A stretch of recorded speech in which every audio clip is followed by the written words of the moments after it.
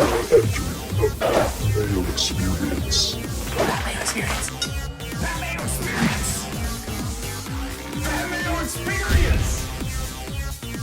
Experience. Welcome to the Pat Mayo Experience, presented by DraftKings 2021 Pebble Beach, not Pro-Am. First look, research, everything you need to know if you want to play in the best tournament on DraftKings. It has been made bigger, so more of you can now play. You can find the Listeners League link in the description of the video and podcast. Please smash the like button to the episode, give me your early lean, share the show around, do all that fun stuff, and to get in a $100 American giveaway, all you need to do is go to Daily Fantasy Sports Picks and Bets The Mix. Find that either in the description or just search it on Apple. For the podcast section, leave a 5-star review, handle of Twitter or email address, and say something nice about it. Like, hey, people should listen to this if you want to win bucks or something like that, because it's actually been quite profitable.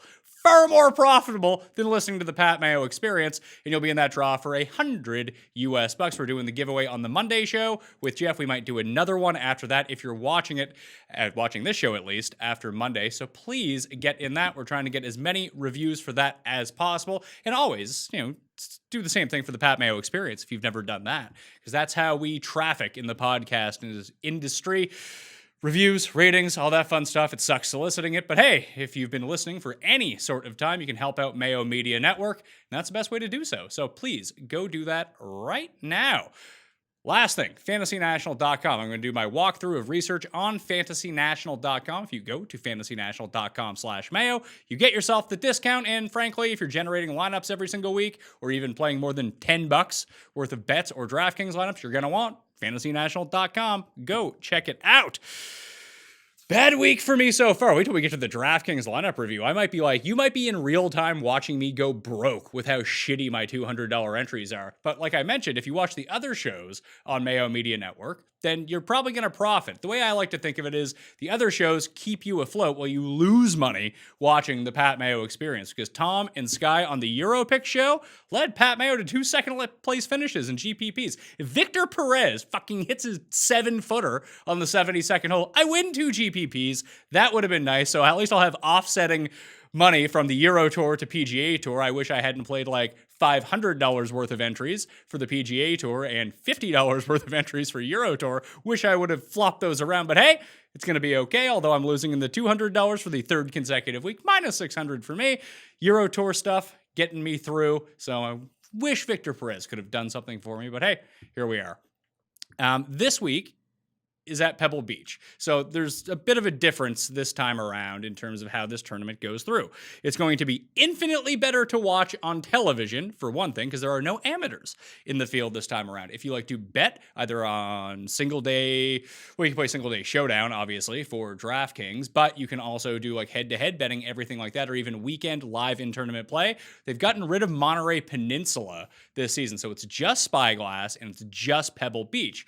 And why is that important? Well, although Spyglass doesn't have Shot Tracker, Pebble Beach does. Normally, this was a 156-person field with a 3-course rotation in the cut after 54 holes, much like the American Express historically has been. But as we saw with Amex this year, getting rid of one of the courses, there's now a 36-hole cut and only 2 courses to go with and more information from Shot Tracker to go through. That's what we're going to have this time around at Pebble Beach, which is just fantastic news. 2-course rotation, 36-hole cut, makes DraftKings way better, makes live betting much easier. So I highly enjoy that. But like I mentioned, still 156 players in this field, and they're going to be split the first 2 days between the 2 courses.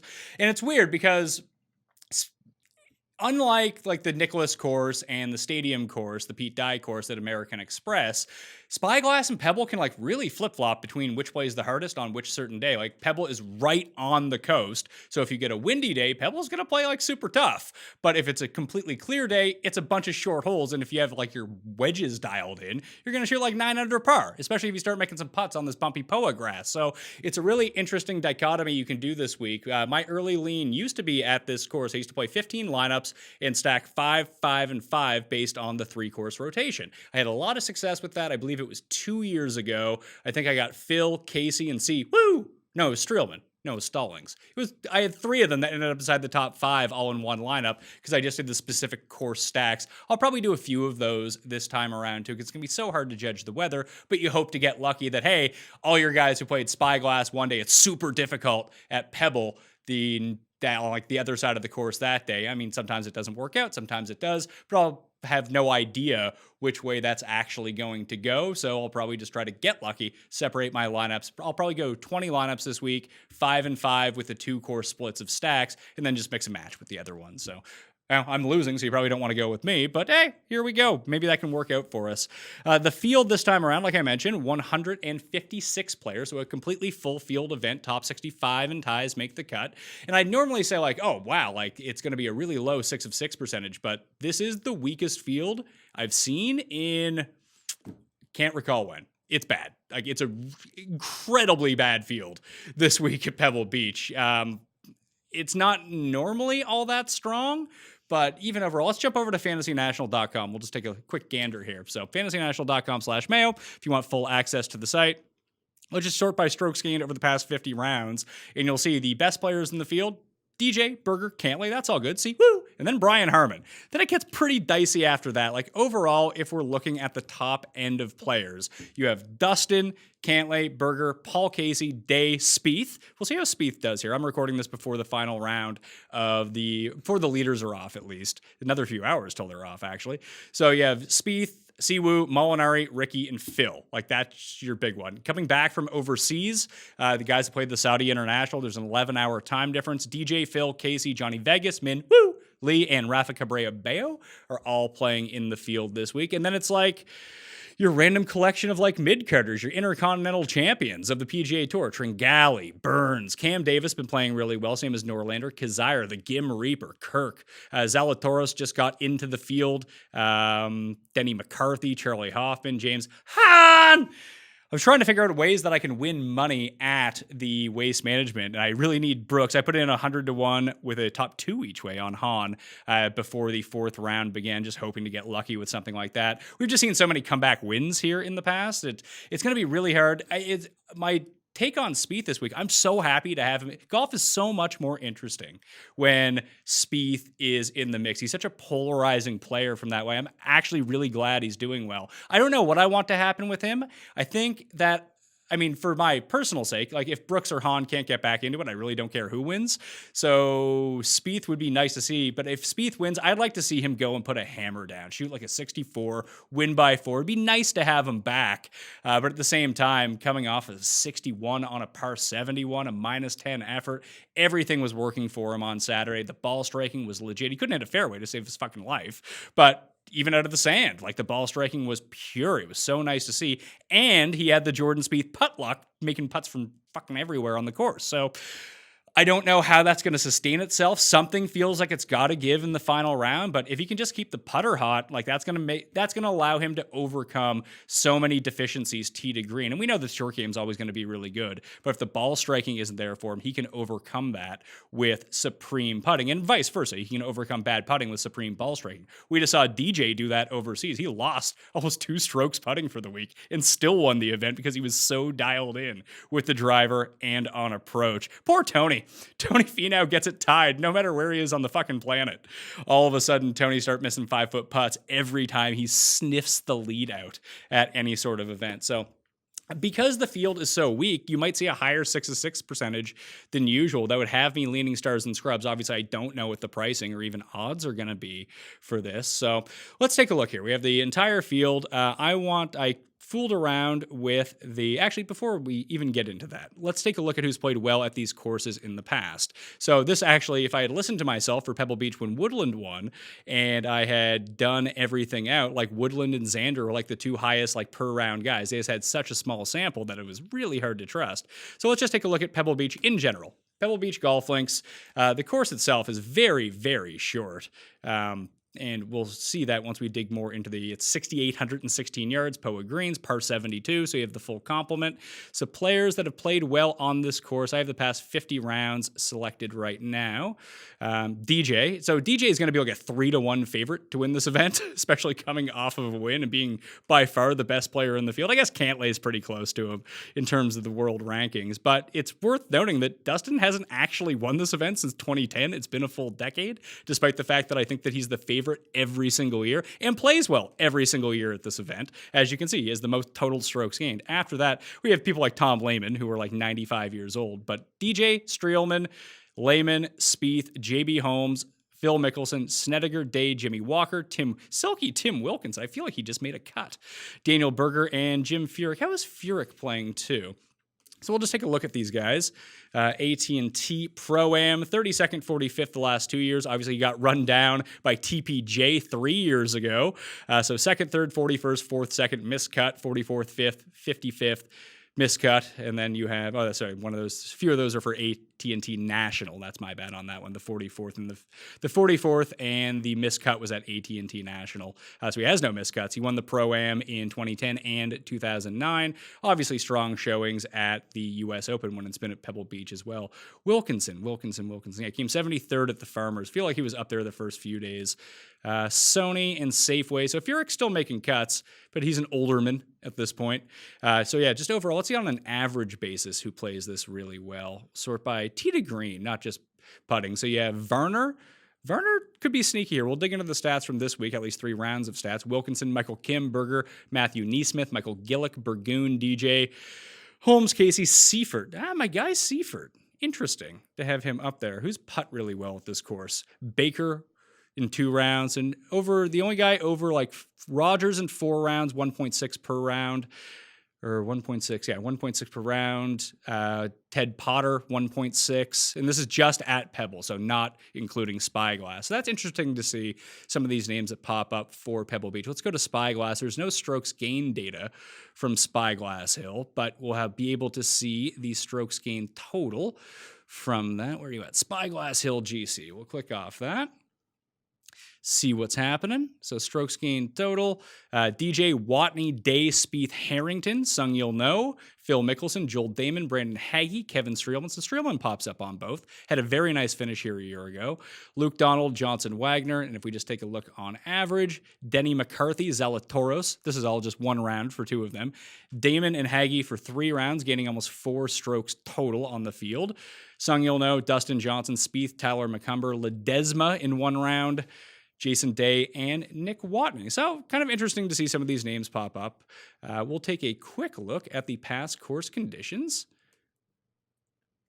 from Pebble and check out to see what's happening here. So you have Monterey, that's out this year. So calm conditions a year ago. The rough length was short, hitting fairways pretty easy. Very small greens at both these courses as well. That's why around the green is going to come into play. Some of the smallest greens on the PGA Tour, both at Spyglass and Pebble Beach, and the POA greens as well. So the only in advanced metrics you're going to get, really in-depth detail, is going to be at Pebble Beach because they have the shot link data, which is great for this year, like I mentioned, because we'll just get more and more and more data. So the last time anything played difficult was last year, round 2 at Spyglass. Last year, round 3 at Spyglass, and Pebble also played incredibly difficult on that day as well. Even going back, then you have Pebble played difficult in 2019 in rounds 2 and rounds 3, and then it plays easy the next round. So it's a really hit or miss situation when you go day by day at Pebble Beach. That's why I don't mind the lineup stacks all that much. You can see the really short holes here. So you have 1, 2, 3, 4 par 3s that measure 300 to 400 yards, and another 2 that are 403 and 407. All pretty easy, to tell you the truth. How's our eagle rate doing here? So the par 5 6th hole generates eagles at around 3% clip, and after that it's pretty low, sub 1% on the par 5 18th, slightly over on some of these. They're not even drivable par 4s really, because you have cliffs in the way and everything like that. So don't worry too much about eagle rate, but the birdie rates on these ones are pretty high on the par 5s. So that is worth noting this time around. Let's see if there's any sort of showdown advantage. Oh boy. So you're going to get some tough holes right around the turn. So 8, 9, and 10 are 3 of the 5 most difficult holes on the course. 17, very difficult. 18, obviously it's a par 5, so it's a bit easier. The 15th most difficult, so the 4th easiest, followed by the 12th. You can sneak a birdie on number 2. Maybe the wraparound is a little bit easier on that front. You can see it's almost level by the top 10 finishers of how they actually play at Pebble Beach. Approach and putting really outweighs off the tee and around the green. You want to be hitting the fairway, so you have these really easy wedge approaches. We'll even see in the shot distribution. Very rarely do you see a course with the plurality of approach shots coming from 100 to 125 yards. That outweighs it. Then the next closest one is over 200. So if you can get dialed in 100 to 150, you're going to have plenty of birdie opportunities, especially if you're hitting from the fairway. You'll be able to utilize your spin, really stick it near the hole, and hopefully you can putt really well on POA this time around, and all of a sudden you're going to be up there. We don't really need to look at the historic cut line because the cut rules are way different this time around, where it's now 36 holes as opposed to 54 holes. And I believe it was top 60 in ties after the 54 holes, and the rounds are going to be way faster without any of the celebrity partners. Driving accuracy at this course, almost 72%, so no need to weight that too much. You want to be in the fairway on this so you can control your spin with those wedges. But the players, by and large, where you have to club down so often, there's forced layups happening on a lot of these holes that players are just going to dial back, get to their proper range, somewhere between 100 and 150 yards, and just go at every single pin. If you miss the green, then you got some up and down work to do. Switch over to Spyglass and see what's up from over there. Where are you at, Spyglass? Spyglass Hill GC. Bit of a different layout. You'll want to be playing, I guess if you can, I guess we have double ups on number 18 here. I believe it's playing as the par 5. Let's see. The par 5s. 1, 2, 3, 4, 5. Which one is getting doubled up here? Oh, now I'm super confused about what's going on when it comes down to it. I will dig into that it's probably not going to be, I think this is just a mislabeling of a par 5 here. The actual 18th is going to be the par 4, 430. Not sure how that ended up getting into the system. Have to talk to Moose about that. Ranked 20th. Sometimes this happens from time to time. We parse over the data from ShotLink with our partners at the PGA Tour. So throw that one out and take a gander back at it. So it's actually the 8th most difficult hole on the course. But still, when you see the wraparound here, number 8 is the 4th most difficult, number 9 the 7th most difficult, or the 1st most difficult, depending. I guess it's not going to play as a par 3. I don't know why these wraparounds are so weird. They must have changed over time. It's the 4th, the 7th, and the 9th most difficult if you start on hole number 1. If you start on hole number 10, you do get the leeway of an easier number 17, a mid-range number 18, and a very easy number 1 to kick off. So it's probably more likely to have a birdie streak, although that's very minuscule. You probably shouldn't be starting it that way if you really want to. Tournament history, if we take a look at the past champions overall, obviously Nick Taylor won a year ago, became like the first international player to win in ages. Very few international players ever really win at Pebble Beach over time, at least this tournament in particular. So it was Nick Taylor, Streelman, Phil, Jason Day, 1, 2, 3, 4, Berger, and Matt Jones. Matt Jones playing decent golf coming in, to tell you the truth. Both tied for 5th, and McNeely, Spieth, Cantlay, Malnati, Matthew Neesmith, I want to tie for 11th. This is just showing the players that were in the that are in the field again this year. The year before that, Phil Mickelson won. That was a nice week for us. We had both Mickelson and Casey and Stallings on the card. As I mentioned, that was a very fun week to go through. But it was Phil, Casey, Stallings, Day, C, Kim inside the top 5. 3 straight top 10 finishes for Kevin Streelman at this course too. Let's see how he's playing coming into action.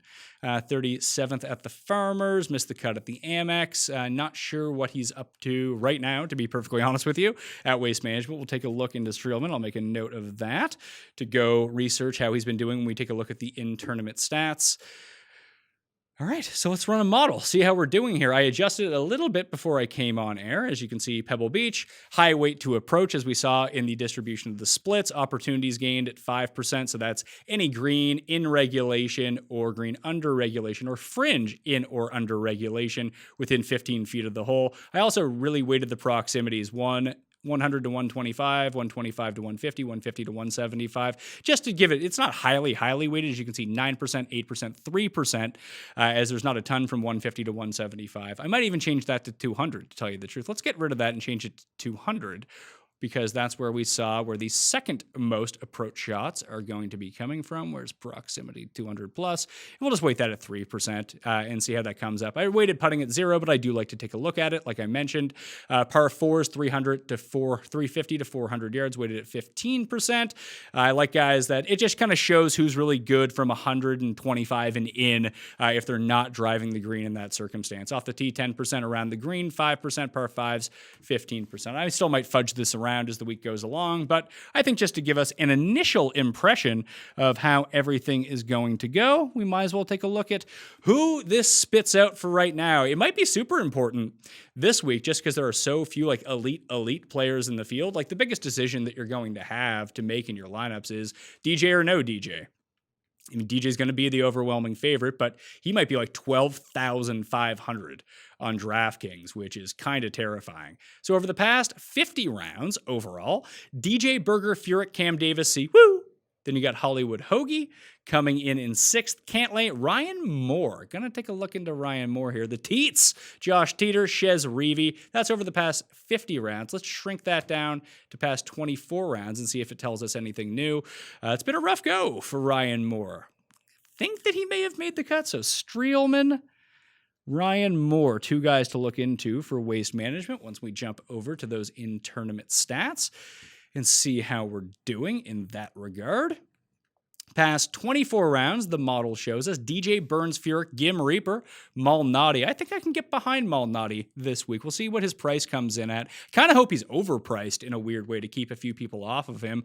Hoagie, Knox, Moore, Varner, Stumanji, Josh Teeter. So that's two rungs for Josh Teeter popping up. Davis, Norlander, Percy, Chez Reavie, Aaron Wise. Wise was a lot better in round 2 at waste management than he was in round 1 when the guy could not make a putt to save his life. But Raza and I have talked about this a few times. We've noticed, like, if you go take a look at Aaron Wise and where he's popped recently, all kind of coastal courses. You got like the coastal at Mayakoba comes in second.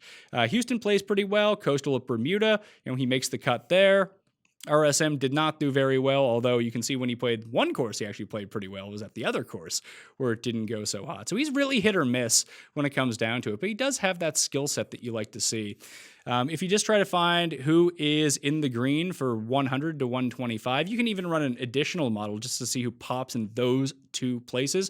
Obviously, DJ Burns, very good from in close. The farther back you get, the worse he becomes, but he kind of makes it back up again once you get into the longer approaches. Tom Hoagie, very good, 10th from 100 to 125. And this is short term. You might want to look longer term on this as well. Knox, very good with his wedges. Ryan Moore, well known to be very good with his wedges. Aaron Wise, that's where he comes in here. That's why he's popping up so highly. Shorter course, very good with his wedges.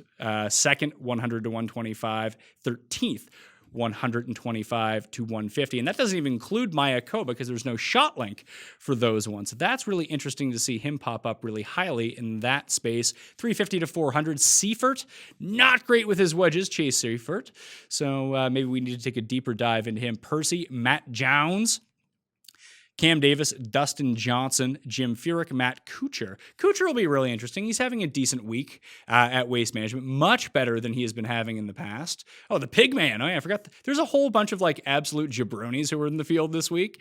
So you have like the sponsors exemptions are all pretty good. Like Davis Riley is back in. Zalatoris got his back in. Batia's in. Ogletree is playing again this week after missing out on Phoenix. He did play at Farmers and missed the cut. But then you have like Matt Gogol, who hasn't played on the tour since 2007. The Pigman, Kenny Pigman, first start since 2009. And Kevin Hall, who I'm kind of convinced is a Tiger Woods 2005 Creata player.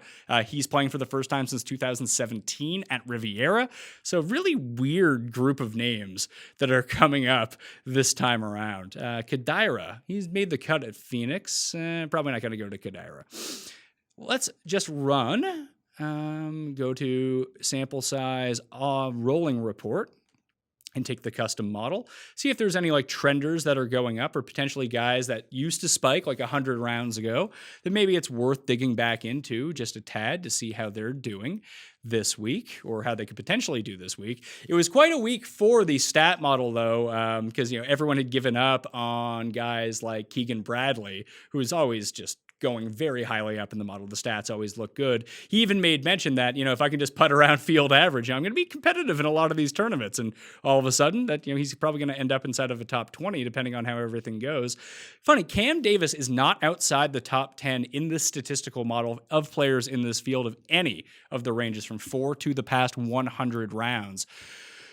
Can I do it with Cam Davis? Has he played here before, Cam Davis? I suppose I should look into that to see how he's been doing on some of these shorter courses. 3rd at Amex, that's a shorter course. 30th at Sony, shorter course. 6th at the Sanderson Farms. All right, 15th at Wyndham. AT&T Pro-Am has made the cut the past 2 years, a 38th and a 59th. The approach is really good. Very poor on the greens at Pebble Beach a year ago. So I just get worried that all these guys get priced so highly. Maybe DJ being there will keep some of it off. Maybe it will be like DJ 4.5 to 1, and then maybe you get Cantlay at 10 to 1, Berger at 12. Casey is very interesting, but he has good course history, so maybe you catch him at like 16 or 20. Like that would be reasonable. My early lean is Molinari though. You can see a while back, he would have played really well here. And then past 12, past 8, past 4 weighted rounds, he continues to jump back up. Chris Kirk as well, very high up on that list. It's funny not to see DJ near the top, but the farther you go back out of a 4 and 8 round sample, 1, 1, 1, 1. Is there anyone who's just garbage now that would have been really good 100 rounds ago? Furyk, Streelman, and Varner all pop up. Tringali as well Tringali is still inside the top 30 even in the shorter sample of things, but interesting to see those guys. Tom Lehman, you can kind of throw. Munoz is progressively getting worse. That's especially after round 1 at Waste Management. Kind of when we go to my $200 lineup, I believe he is in that, and he submarined it. So Molinari on the up and up. Hoagie getting a little bit better. Let's see how Hoagie is doing here. It's been a rough go for Hoagie. I think he did make the cut at Phoenix, though. We'll see with Brennan Steele. He is someone I liked this week coming in after playing 4th and 21st at Sony and Amex. No real spikes here. His best finish was 16th in 2013. A lot of that had to do with chipping really well at Pebble Beach. Both times that he's played well, he's chipped really well. So interesting to see that that's how he's getting things done. Let's see the Ryan Moore. AT&T Pro-Am missed the cut. 20th at the Pro-Am. That's AT&T National. Not a great track record for Ryan Moore at this event in the past. Okay, some early leans. It's going to be really tough to get my mind around who's going to be playing well here and who is not going to be playing really well here. Jump back over to the in-tournament stats for Waste Management and kind of get a sense. I probably don't need to do the rolling report. I can just kind of do past 36 rounds, strokes gained. Maybe that'll load everything up for us very easily. Go to the in-tournament stats and see how the peoples are playing. We'll do the all rounds. We'll switch over to total. I think Spieth is leading in approach. Yeah, Spieth, Homa, Hahn, Harold Varner III, John Rahm. So maybe Varner is going to be worth a look next week. Hopefully he kind of gets buried a little bit. The stats will still like him, but it won't be 2 great results coming up. Ball striking wise, overall, Homa, Streelman. So yeah, Streelman's going to be very, very popular. Maybe he'll get the course history pricing, but even then, he's probably still worth having this week. So Streelman was one of the guys I wanted to look up to see how he's doing this week. Very good. Ryan Moore. Moore missed the cut. Did well off the tee. That was about it for him. Of guys who missed the cut, just take a scan of the leaderboard. Who was pretty good here? Doc Redmond couldn't make a putt to save his life. Jason Day couldn't make a putt to save his life, although he has back-to-back top 10s at Pebble Beach. So maybe Day could be worth a play again, although it's really weird to see him lose 5 strokes putting. That is so unlike Jason Day. I know he just switched putters back to his old move, but man, it's shocking to see him perform that poorly. Woodland, that was more of a second round thing. Austin Cook, I don't think either of those guys are in the field. The Gooch, not sure whether or not he's in the field. Villegas, Sadler, got sewered by bad putters. Other than that, nothing really a-doing at the waste management. So if we just take, again, a look at the approach through 3 rounds and a bit live into the 4th round right now. As you can see, Spieth hasn't even teed off yet as the time I'm recording this. Lashley playing really well. Stanley playing really well. Aaron Wise, Aaron Wise did make the cut. Wow. Did not see that coming. 4.5 strokes gained on approach. So Wise is going to be a look for me along with Molinari. So that's where we're going already. Oh, good. Brooks, was he going backwards? Thanks, Brooks. Thanks for nothing. Zalatoris, Neesmith, they're both playing. Stallings having a decent week. So again, it's funny. A lot of the guys that tend to play well at Pebble Beach having a good week already in advance. Siwoo's driving is letting him down. He's in 30th right now, but the rest of the game looks pretty good for him. As you can see, the best 2 players who missed the cut in approach, but still up there inside the top 20 for the week, Redmond and Jason Day. Interesting to see. Maybe we'll get some Mark Hubbard action too on the go. He's -9 overall. He's through 7 holes. So far, I saw he made 2 huge putts to begin his Sunday, but still pretty good numbers for him when it comes down to the Phoenix, at least in terms of approach. All right, it's time to take the moment of truth as I get to be embarrassed by how bad my $200 single entry team was this week. So let's see it. Hideki, Ryan Palmer, Bubba Watson, Corey Connors, and then Johnny and Sebastian Munoz. +9. That's pretty good, Johnny, or pretty good, Seb. Really kind of killed me here. I don't think I would have had a chance, even if it was a 5 of 6 this week for me. Only because I have no one up near the top. The 4 guys that I went really heavy on across all of my lineups this week, I think I had 75% Hideki, 75% Xander, and 75% and 50% Bubba and Corey Connors in my lineup. Corey Connors is doing fine for the price point, but the opportunity cost of Hideki is really the downside. Again, I didn't have the guts to play these superstar, super scrubsy type lineup, and those are, again, my best lineups of the week. Those all I went with Xander and Rahm as my top 2 end options from that regard, and I thought that was going to be pretty good. And Xander's obviously playing well. Rahm is kind of puttering around inside the top 10 as of right now. See how that's going, but I couldn't hit the bottom end. Even Keith Mitchell just got it going so badly on the back 9 on Thursday. Just took himself completely out of contention. Had a meltdown. I mean, Munoz was just done as soon as he made that quad. That was one thing. But should have made the cut and then just didn't. He had a very poor putting performance. And then Bubba's not really doing anything. He's T39. Hideki's T39. Palmer is just having been really bad overall. So horrible picks by me. I wish I had had the guts again to do that stars up, stars down, stars and scrubs type lineup in the single entry. But no, I had to play it a bit more balanced, and it really kind of came back to screw me. Like I said, even if made the cut in this, hell, if both of and Munoz made the cut, they all probably would have done so poorly. I still wouldn't even have cashed in this. I'm really near the bottom here. So I have to reassess what I'm doing here. Maybe the balanced lineup where, it worked really well for me the first 2 weeks, and Hawaii has not really worked in this contest since. So I'll have to really try to wrap my mind around what I want to do for Pebble Beach. Maybe I want to stop playing the $200 and continue to leak all of my money back here, though. But instead of starting with Xander, I thought I would go balance and start with Hideki. I kind of fell into a trap here, and maybe sometimes it's not best to look at this stuff because, it is when it works out well for you. If you had just played a bunch of Louis this week, you would have been doing really well. He was a guy that no one was really on in that area in the very high-end $8,000 range. But when I took a look at how all the ownership was projecting coming into this week, that it really looked like people were bypassing Matsuyama. Only because you had Webb, who was going to be popular right above him, Berger, who was going to be super chalky and was right below him. And there was an ownership discount on Hideki this week. It turned out to be not very good. And by having him in the upper 9,000s with the way that I was constructing lineups, that made me miss out on the higher end guys if I wanted to pay up, or even the lower end, the Zalatoris, Scotty Scheffler type regions. Basically what happened to me with Matsuyama is what I should have done with Scotty Scheffler, but didn't have the guts to do it. So just a very bad lineup all around. I'm hoping to improve on this next week, but hey, I'm not going to run and hide from how shitty my lineup was. Like I said, Euro Tour bailed me out big time, so big thanks to Tom and Sky on that one again. And I do have some few good lineups, but honestly, in full disclosure, I played 21 lineups this week, 6 of 6s because of basically Hunt and Munoz submarined any attempt I wanted to do with that. Like they were either my cheapest guy in a lineup or second to cheapest guy, or even as you can see, sometimes I played them in both of a lineup. So that didn't go very well. I wish I had, like, there's a few guys I wish I had the guts in retrospect to play. One was, oh good, I even just fell in this tournament again.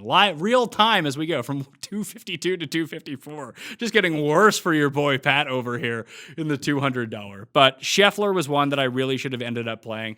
And I really liked Grayson Murray coming into the week. He kept having one bad round overall, but if he could just put it together, I had seen that he'd never missed the cut at this tournament. Just I don't like Grayson Murray for one thing, and it just worried me that he would go like full eject mode and shoot +7. Turns out all of the other guys that I picked ended up doing that instead.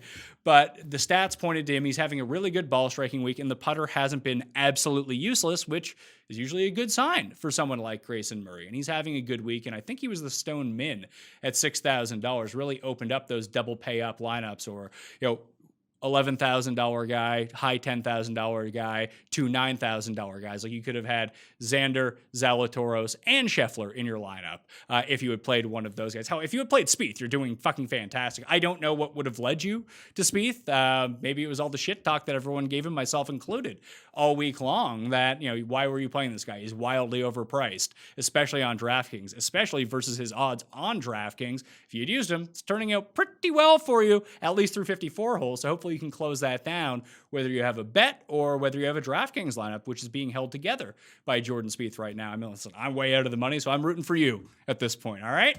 Listeners League is open on DraftKings right now. Link is in the description of this video and podcast. Share it around. I'll be back with Jeff tomorrow. We'll be revealing one of the winners of the giveaway, Daily Fantasy Sports Picks and Bets, The Mix, the Apple Podcast. Rate, review, subscribe, 5-star review, email, Twitter handle, so I can get in contact with you if you are indeed the winner. So please go do that right now. Thank you all for watching. Enjoy the golf. Enjoy the football. We'll see you on Monday. I will see you next time. Mayo experience! Experience!